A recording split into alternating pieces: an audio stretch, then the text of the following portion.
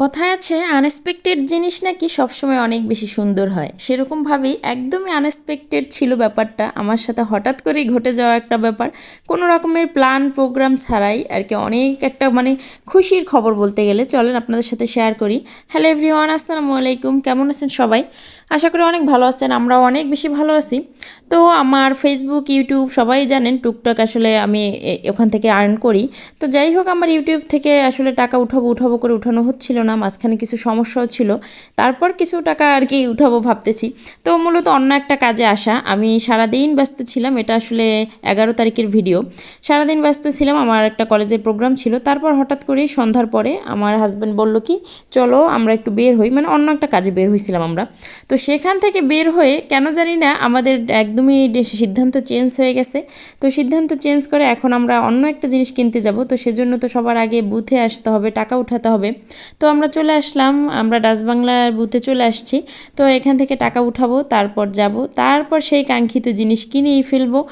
যেটা একদম কোনো প্ল্যানই ছিল না, আমাদের চিন্তাই ছিল না যে এইটা কিনবো, বা কখনো অন্য চিন্তা ছিল। সত্যি কথা বলতে যেটা, আমরা একটা ফোন নিব এরকম একটা চিন্তা ছিল। তো সেখান থেকে চিন্তাধারা চেঞ্জ হয়ে গেছে। তারপর চলে আসলাম জুয়েলার্সের দোকানে। এই যে হচ্ছে এমান্নান জুয়েলার্স, সবাই আসলে আমরা চিনি যারা বরিশালে থাকি। তো যাই হোক, তারপরে এই যে যেই কথা সেই কাজ, জুয়েলার্সে আসছি। আসার পর সাথে সাথেই আমার একটা এরকম ডিজাইনার চেন আর কি পছন্দ হয়ে গেছে। এখন কি আর করার ভাই, এখন পছন্দ যখন হয়েছে আর সাথে আমার নিজেরও একটু পেমেন্টও আছে ইউটিউবের, তাই না? আমার নিজের তো একটু শক্তি আছে বলেন। তো আমি তো এবার ধরছি জামাই রে ভাই, যে এটা আমার কিনে দিতেই হবে। এখন সে তো বলতেছে একদমই বাজেটের বাইরে, 96,000 টাকা আসে দাম। তো এখন কথা হচ্ছে এতগুলো টাকা তো আর আমি পেমেন্ট পাই নাই, তাই না? হ্যাঁ, তো ওনার তো একদম খালি হয়ে যাবে কার্ডটার। তো কি আর করা, তারপর বউ বায়না করছে বলে কথা, না দিয়ে তো আর উপায় নাই। আমিও তো দোকানে যাই একদম আড়ি পেতে রসছি। আমার অনেক বেশি পছন্দ হয়ে গেছে হঠাৎ করে। মূলত কেন জানি না দোকানে ঢুকে পড়লাম, তাও জানি না, সব মিলিয়ে আসলে জানি না। যাই হোক, যেভাবে হোক হয়ে গেছে। তো তারপর পছন্দ করেই ফেললাম, এবার নিয়েই যাব। এর থেকেও একটু কম দামিগুলো ছিল, সেগুলো আমি কোনোভাবেই ধরতেছিলাম না, আমার মন এখানেই আটকে গেছে। তো এটাই নিতে হবে, এমন একটা অবস্থা।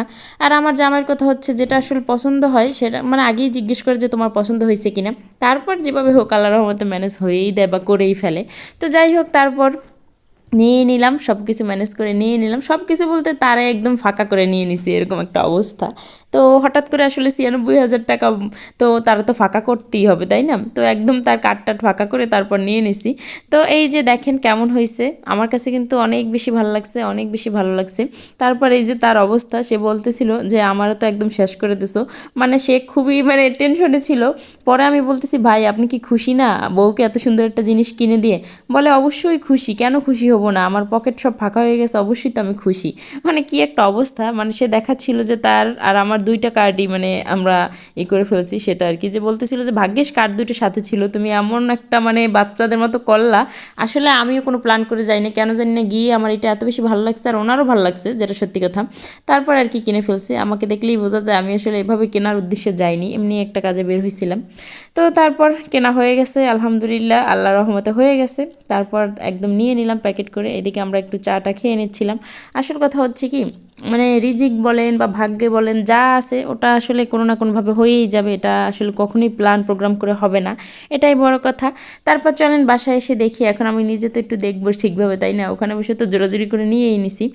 তো তারপর বাসায় আসলাম, আমি তো অনেক বেশি খুশি ছিলাম। বিশেষ করে ওই দিন আমি অনেক বেশি ক্লান্ত ছিল, আমার মনটাও খুব বেশি খারাপ ছিল কিছু কিছু কারণে। তো যাই হোক, সব মিলিয়ে কেমন একটা ছিল। তার মধ্যে হঠাৎ করে যে এইভাবে, মূলত সত্যি কথা বলতে আমার মন খারাপ থাকলে ভালো করার জন্য আসলে আমার হাজব্যান্ডই যথেষ্ট, আবার মন খারাপ করার জন্য সেও যথেষ্ট।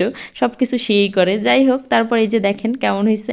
আমার কাছে কিন্তু মাশাআল্লাহ খুব ভালোই লাগতেছিল, তাই না? সিম্পলের মধ্যে গর্জিয়াস বলতে গেলে এমন একটা অবস্থা। কোনো হিবিজিবি কোনো কাজ না, আবার মোটামুটি আসলে একদম সিম্পলও না, ওই যে সিম্পলের মধ্যে গর্জিয়াস। তো আমি খুলে নিজেই পড়তে চাইছিলাম, সে বলতেছে না আমি তোমাকে পড়াই দেবো। তারপর আমি বলছি ঠিক আছে, সে খুব শখ করেই সে আমাকে পড়াই দিবে।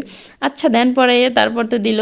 মানে মূল কথা হচ্ছে আসলে কোনো রকমের প্ল্যান ছাড়া মানে আমি এত বেশি খুশি হয়েছি। আর আসলে আর আমার ইউটিউব ফেসবুক তো অবশ্যই আছে, আমার নিজের কাজ, আমার নিজের কষ্ট, নিজের পরিশ্রম তো অবশ্যই আছে এখানে, আর আমার হাজবেন্ডের তো অবশ্যই আছে, তার পকেট তো পুরোই ফাঁকা। তারপর সব মিলিয়ে কেমন হয়েছে আপনারা একটু কমেন্ট করে জানাবেন। আমার কাছে তো অনেক বেশি ভালোই লাগছে। তো যাই হোক, আজকের ভিডিওটা এই পর্যন্তই। সবাই ভালো থাকবেন আর আমাদের সাথে থাকবেন, আমাদের পাশে থাকবেন। আপনারা না থাকলে আসলে অনেক কিছু সম্ভব হতো না।